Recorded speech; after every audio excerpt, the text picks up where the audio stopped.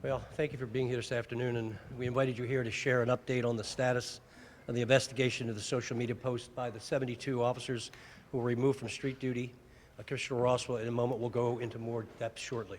I want to thank the Commissioner, City Solicitor Marcel Pratt, and their teams, as well as the Ballard Spar Law Firm, for their swift action and for approaching this issue with the attention that it deserves. As I said before, when this issue first came to light, many of the posts were deeply disturbing. Our police officers are entrusted to serve and protect the people of Philadelphia, everybody, all the people of Philadelphia. A great deal of social media content was contradictory to that principle and antithetical to our administration's values. We have high expectations for city employees to show respect to all people at all times.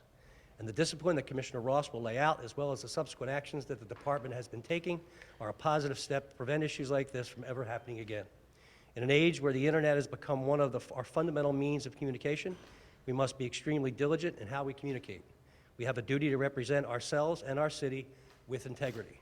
I want the public to be assured that building trust with the communities we serve will always be our top priority, not just in the police department, but in every department in our administration.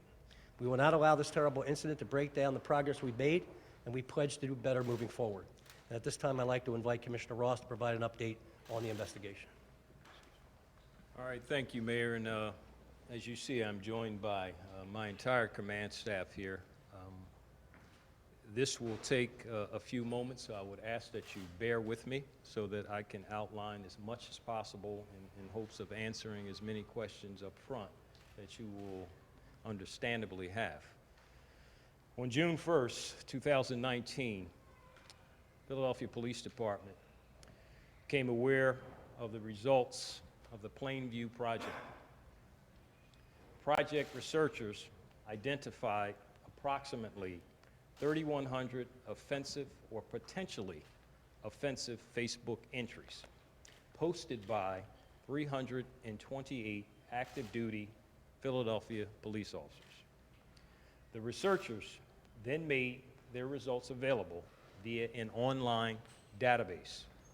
It is important to note that some of the entries were made as early as 2010. An internal affairs investigation was immediately initiated. Internal affairs identified and prioritized those posts which clearly advocated violence or death against any protected class, such as ethnicity, national origin, sex, religion, and race, or any speech advocating or supporting crimes affecting the integrity, honesty, and or trustworthiness of the police department. Officers who made these posts were removed from street duty and placed in administrative duty status during the investigation. A total of 72 officers were placed in administrative duty status as a result of this investigation. As the internal affairs investigation proceeded, the law department contracted with law firm Ballard Spar to review each of the posts to determine if the posts were constitutionally protected. At this point, the firm has completed the review of the 328 active police officers' posts. Today, I will provide you with an update regarding the status of the investigation, as well as actions the department has already taken and intend to take in the near and immediate future, with specific emphasis on the 72 officers who have been removed from street duty. Under the category of discipline, when reviewing the posts to determine whether disciplinary action is appropriate, our analysis included a balance of the officer's constitutional rights and the integrity of the police department, which is necessary to protect the citizens of Philadelphia. There are ranges for disciplinary action based upon the gravity of the offense. For this reason, many of the 72 officers who were removed from street duty will receive discipline consistent with a general violation of the social media directive, which is 6.10. The penalty range for this type of violation is a reprimand to 5 days suspension. For example, a post which advocates excessive force but not necessarily related to a person's membership in a protected class would be a violation of the social media directive. Statements such as these erode the trust necessary for a police department to carry out its core mission. Therefore, the employing agency can take disciplinary action against employees who make such posts. A second group of officers posted material that is not only offensive and unprotected, but constitutes an act or continuing course of conduct which demonstrates that the officers have little or no regard for their position as police officers. Thus far, the investigation has determined that 17 officers fall into that category. 13 of these officers will be suspended for 30 days with intent to dismiss. The remaining 4 officers' posts were determined to be less egregious. Those officers will receive 30-day suspension. Posts deemed to fit this category include the following: anti-Islamic posts such as "Death to Islam," another piece of expletive; references to African Americans as thugs or P words looking for free expletive; encouragement of police brutality, suggesting police should have split their wigs; homophobic memes, which in some cases suggest violence against transgendered individuals; training. On Friday, June 28th, nearly all of the 72 officers received the first in a series of trainings. This was an 8-hour training divided into 2 4-hour modules: social media and professionalism.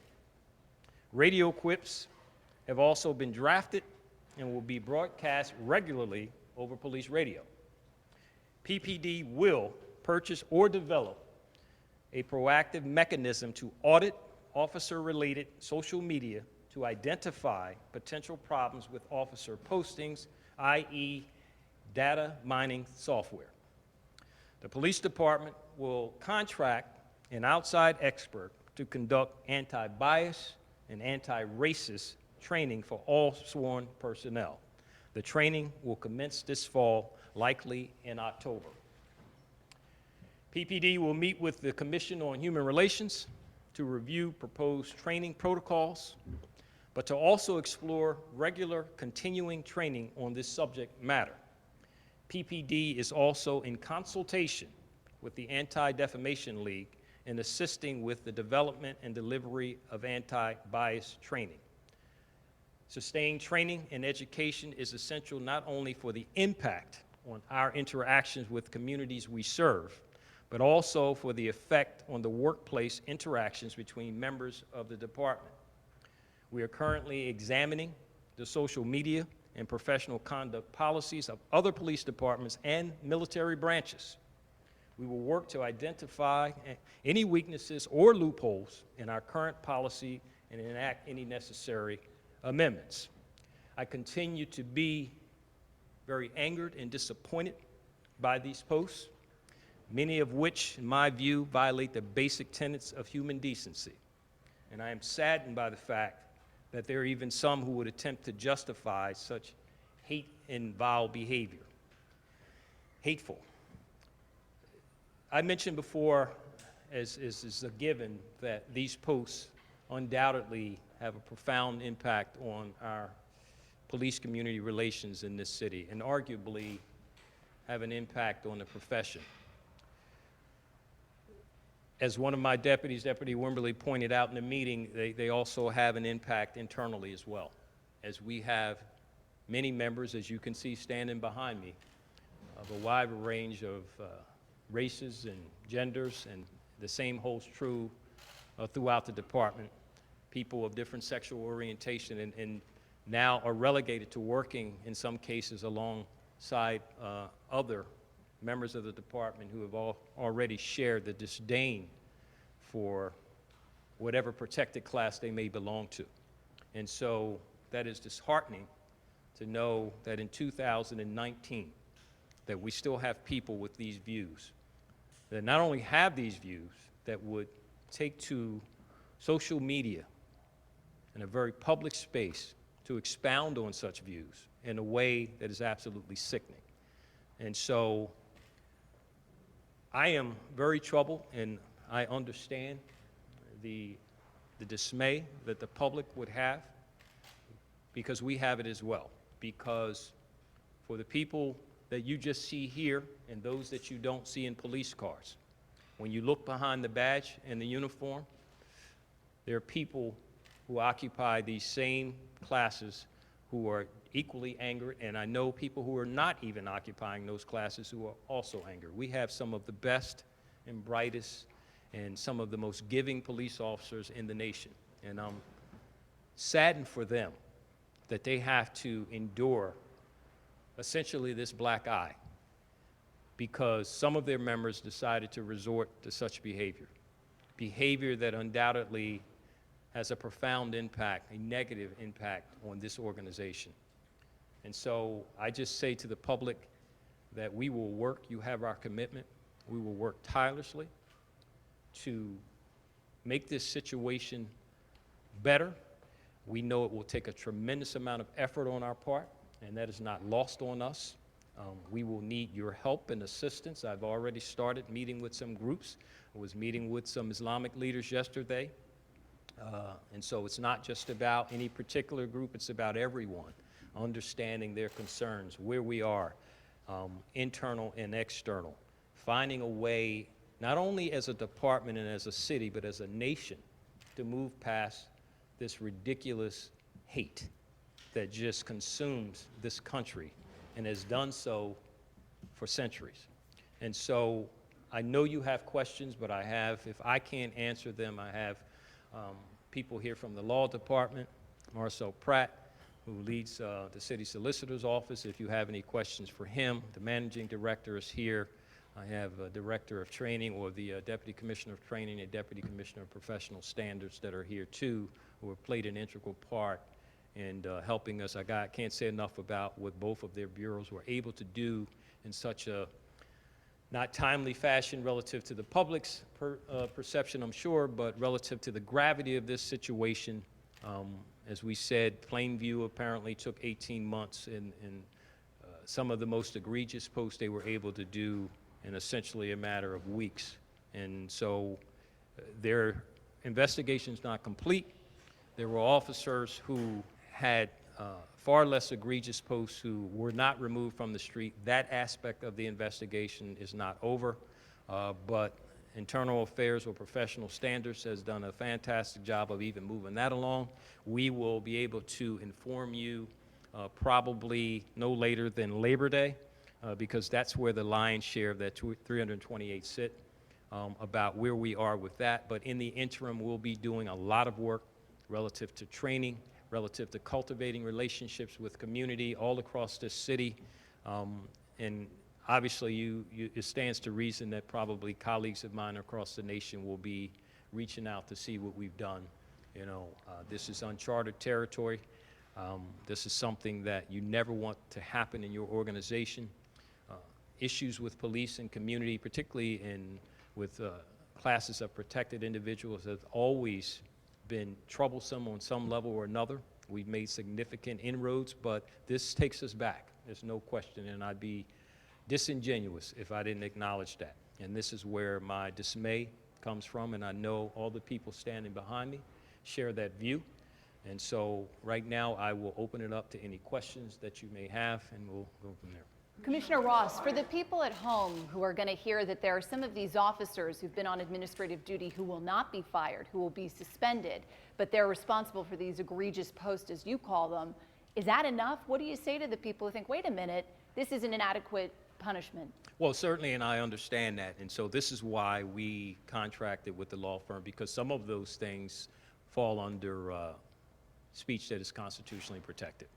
Now, I will tell you that with the lion's share of those folks, they did not advocate violence, which is a critical measure that was used for the folks who were terminated. But they're denouncing people they're supposed to serve. It's no question. And so I have no excuse for that. And so I am not trying to mitigate that in any way, shape, or fashion. There are thresholds that we had to contend with. This is why I even have some legal experts standing behind me. But I certainly understand your point, and that's not lost on me. And this is why we have to work very, very hard to, I'm not even going to say reestablish, but just to cultivate, because reestablish suggests that you already had it established, and I'm not naive to that point. But we have to work hard, and that's just the bottom line. Who's the highest ranking person that you have fired in that group of 13? Sergeant. Sorry. Sergeant. Somebody else? I'm sorry, I can't hear you. No, we're not naming, there's a reason why we're not naming them at this point, because we wanted you to know where we were. We wanted to start getting some sense of resolution. The paperwork isn't even done. They haven't even reported for the step that they have to do to make their termination official. And in addition to which, there's a couple who are actually on vacation. So, I mean, it would be premature for me to do that at this point. There will come a time when it's likely to happen, but I would suspect by some of the posts you're able to make those connections on your own. But we just aren't ready to do that yet. You have a question, John? So is 13 the floor? Well, I think that's going to be it for terminations, but you've got other people beyond, in the 72, if you just were to start there, I think all except for 3, and someone behind me can correct me, will be facing some form of discipline of the 72.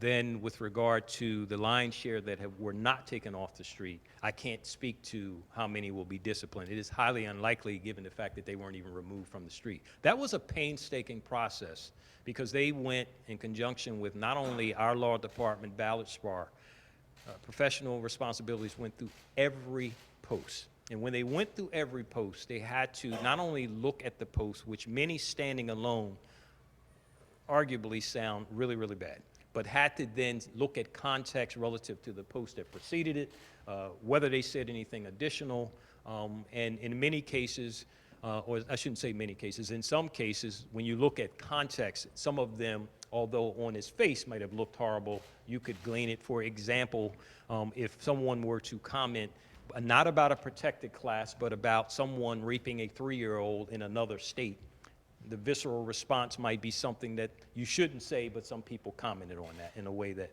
was unprofessional, but you at least were provided some sense of context of what they were talking about. But they weren't talking about a group of people, a race, a gender, ethnicity, or anything like that. For the What would the officers who are kind of in the gray area, who you're not terminating but they're being retrained, do you think the training's enough before letting them or allowing them to go back on the street? I'm just thinking in terms of community and their needs. Right, and so, I mean, that's something we've been kicking around for the last couple of weeks, and this is why we put them through this part of training. And even the training now I outlined relative to anti-bias, anti-racist training, this will be ongoing. The mayor's already made a commitment beyond even this year, but I would tell you honestly that we aren't stuck on just one type of training. And so to the extent that logistically we can find other trainings that will benefit us, we will do that. But at some point, we do have to get these officers back on the street, the 72, well, not the 72, but the ones that are not being terminated or getting the 30 days for now, all right? The office. I mean, heck, you in many cases, you went to the academy for 5, 8, 9 months with somebody who's different than you. It's something I said to the police academy class that started 3 or 4 weeks ago. Look to your left and your right. Somebody looks different than you.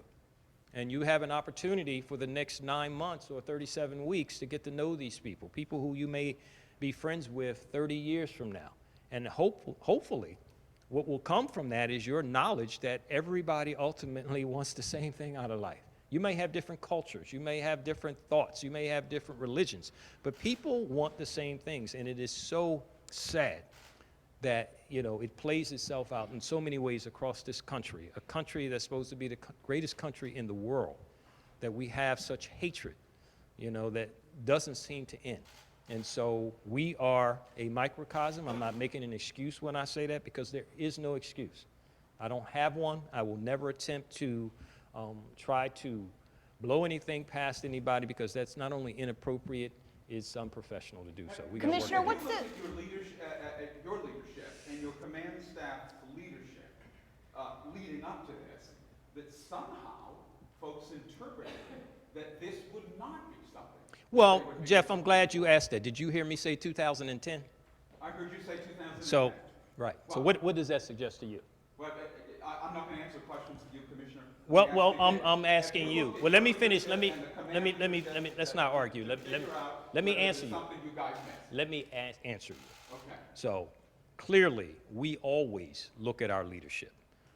You, me, and everybody else is naive if we believe that this even started in 2010, the thoughts that some of these people have. What you have to do is make sure that you aren't, I guess is what you're trying to say, is do anything that perpetuates this thought that you are allowed to get away with this or something of that regard. We always look at our leadership. We always look at what we do. Clearly, just with this project alone, it covers a span already of what we know to be 9 years, all right?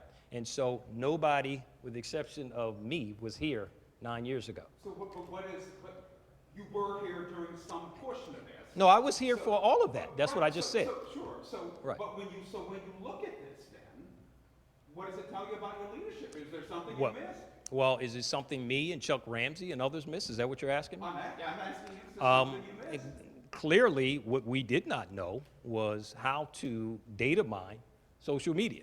So let's start there. I'm sorry, how to what? Data mine social media. Okay? We didn't. Yeah. Hold it. I want to finish this first. I look at his leadership every day, and I look at their leadership every day, and I'm confident in their leadership. We've made tremendous progress in this department over the last 3 years. We'll continue to make progress. He has my confidence, they have my confidence, and we will address this extremely unfortunate situation in the best way that we can. But he's the commissioner, and they're the DEPs, and I'm very confident in all of their abilities. So none of Commissioner- what happened here, Mayor, had anything to do with the leadership here? No. You don't think that they had any role No, to make this go no, right? no, I think people have hate in their heart, they have hate in their hearts. And I don't think anything they can do to get the hate out of their hearts, other than fire them, discipline them, and train them. Commissioner, can you, African-American officers caught up in this? Yes.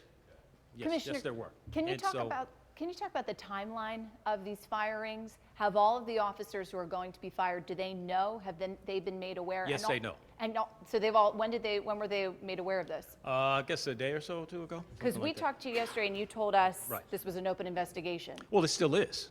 It still is an open We asked you investigation. specifically about are people being fired and have they been notified? We still haven't had everybody throughout this investigation, not just people who are fired, who've gotten their paperwork. And that's what I was saying about the names of people. So the whole thing, okay? I mean, we told you from the outset there would be people who would be fired. And so that shouldn't have been a revelation to you, first of all. And that was reported out in a very different way. And so thank you, Mayor, for saying that, because at the end of the day, you know, while people may want to suggest that it's the fault of people in this command staff, I mean, we tend to get away from personal responsibility in a lot of arenas and immediately want to point the finger in a lot of different ways instead of holding the individuals who actually did it responsible for what they did. I mean, at the end of the day, no one made any officer sit down at a computer terminal and type some of the vile things that they type. None of these people, including myself, or anybody's living room or in anybody's office or den and made them do that. So the suggestion that somehow we did it, to me, is ridiculous. Do you have concerns that some of the fired officers? Talk about your disappointment and your sadness in the actions of these officers. What's been the response from some of those officers? Are they apologetic about their actions? Well, I haven't talked to any of them personally, and so I don't know what their response is, and so that's something maybe you'll have to Do find you out. have I don't know. concerns? Do you have concerns that some? It's safe to assume that the union's gonna put up a fight, and NPR already said that if you fire the officers that cross the line. What's the safeguard? Have you considered the safeguard if these officers get their jobs back through arbitration? Do you have concerns that they'll get their jobs back through Can arbitration? I finish with this question first? I would suspect that that's a definite possibility with regard to the union response. I would expect that that's exactly what they would do. Clearly, it's not something that we would lay down for and just suggest that we're okay with those folks coming back. This is a very problematic issue. And so we will do everything we can to be certain that the terminations and the discipline are upheld. The reality of it is this is why you have to be painstaking about how you conduct the investigation in the first place. And this is why you can't rush in any police-involved investigation, because the minute you do that in an effort to placate or appease, what you ultimately do is you end up with a shoddy investigation, which also lends itself to some of the problems that you're kind of alluding to. So I don't know if that captured. Yeah, that's what I was getting at. What's the difference between the 13 officers who are being fired? What's the difference with their post and the officers who are being suspended for 30 days or suspended for 5 days? What makes those 13 officers so egregious that they had to be? Well, I mean, without getting into too much details, what I said before, most of their posts advocated violence. That, if you put it just in a nutshell, that's what most of it is, particularly as you separate them from the lesser reprimand to 5 days. Advocating violence in addition to posting these vile comments is really what pushed that over the threshold. Commissioner, do you know if any of the officers, when confronted with their egregious postings, any of them perhaps offered to resign or step aside because of this egregious post? No, that didn't happen, but I will tell you that no one denied that they were their post. And we were, in fact, I guess being somewhat cynical, I thought there was a possibility some people would come in and say, that's not my post. But Deputy Wimberly, correct me if I'm wrong, that didn't happen? So all 72 came in and said, no, that's my post. Commissioner, some of these officers have been named in lawsuits that allege misconduct, have been named in civilian complaints that allege misconduct. Why does it seem, might it seem to some people like they're facing more serious repercussions for Facebook posts than some actions that may have very more serious influences on Facebook? Well, I mean, I don't know that you have it. I certainly don't have it in front of me. I don't know what the outcome from all those lawsuits are. So I can't even presume that, they were found guilty or held liable. I don't know, and that's to be fair. And so it's a fair question, but I don't know what those outcomes were, so I can't weigh in on whether or not that's the reason one was more severe than another, to be honest with you. Those are things we'll be looking at because it's a legitimate concern, but I don't know what all the outcomes were relative to the federal lawsuits. All right? Commissioner, you said that you did not know how to data mine. So that's something you didn't know. You didn't know how to No, I don't think, Jeff, I think if you went to any police department in the nation, you would find that very few had the capacity to check on social media in a way, because remember, very few of these posters or posts were actually done under the name of, i.e., Rich Ross. And so you would have to have the ability. And remember, too, whatever mechanism that Plainview used, it took them 18 months to go through this. And look, I'm not using it as an excuse, because I've already said we're going to look to get this kind of application or apps to help us. But sadly, it is not the only thing that Internal Affairs does, okay? Is there anything beyond data mining, your failure to data mine, which I can't do either, that you think you folks could have done better to quell what was going on inside the ranks? Inside people's minds? I don't know. The short answer is, since you remain on that track, is I don't know. And so rather than go back and forth, I can't imagine anything, but obviously, as I've said before, we work very hard to look at what we're doing. Is there anything that we're doing that is creating unintended consequences? Are there any other things? And it doesn't even have to do with things that are necessarily problematic. My point is, we are always open to looking at our policies, our procedures, what can we do better, and so forth and so on. In answer to your question for the final time, relative to this issue, I cannot see anything that we could have done to know that people were sitting down under screen names, posting things that are so vile and egregious, and would have had the ability to figure that out. Thank you.